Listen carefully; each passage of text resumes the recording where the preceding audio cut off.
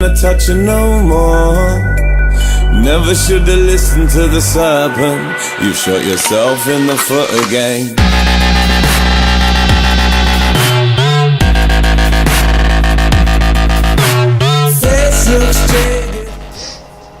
Alright, what's going on, you guys? Here with part 2 for the BMO Raspberry Pi build. So I've gone ahead, I printed off 2 more parts. Here is the first one. This is the catch for the triggers. I didn't print correctly, but I'm reprinting it currently. This weekend I have it set printing. I'm also printing the body and 2 more triggers. I just fucking dropped it on the floor. Whoops. Alright. Also, I printed off another trigger. This one has been redesigned so that these little notches are longer, so these bend in easier and will hopefully fit into this. So actually, here, let me show you guys.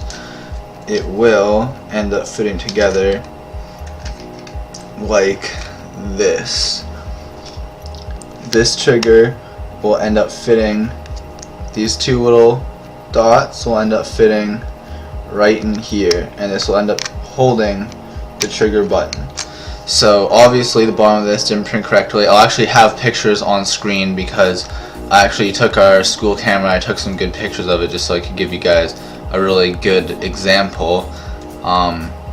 Yeah, so pretty much that's all that's new with the things I've printed. Also, my teacher out of school, we have a really good computer program, and we actually have a Raspberry Pi, so he lent me the Raspberry Pi to use over the weekend, which is pretty cool.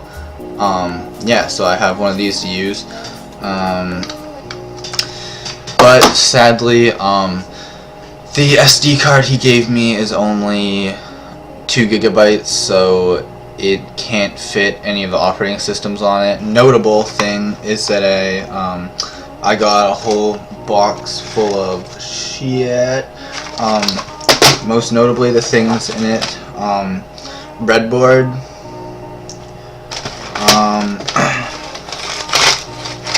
this thing, which basically this end of it connects to the breadboard, this end of it will connect to the GPIO pins on the Raspberry Pi, so I can set up circuits on the breadboard and import their signals into the Raspberry Pi. So that is going to be how I'm setting up buttons, which is a thing I was actually planning on doing this weekend, but since no memory card, no operating system, I won't be able to do this.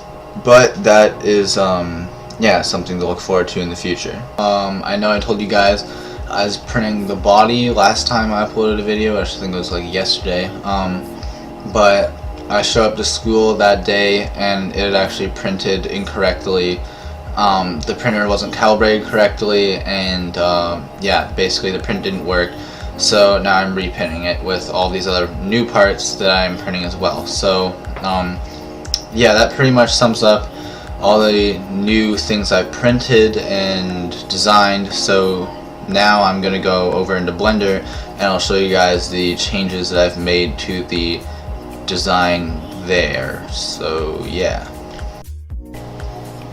Alright, so pretty much the only changes I've made to the design in Blender are I made the travel for the trigger further, just because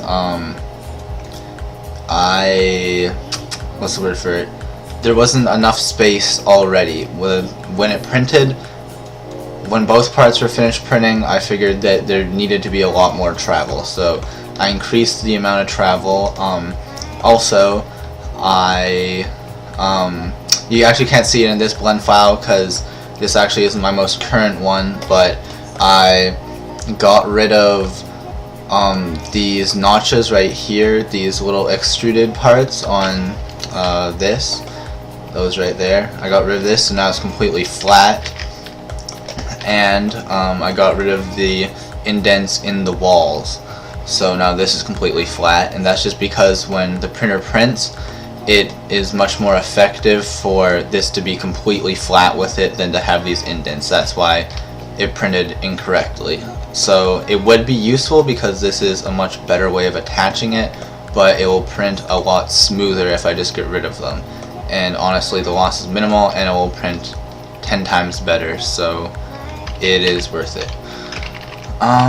Yeah, so I think that just about sums it up. I will be uploading more videos as this build progresses.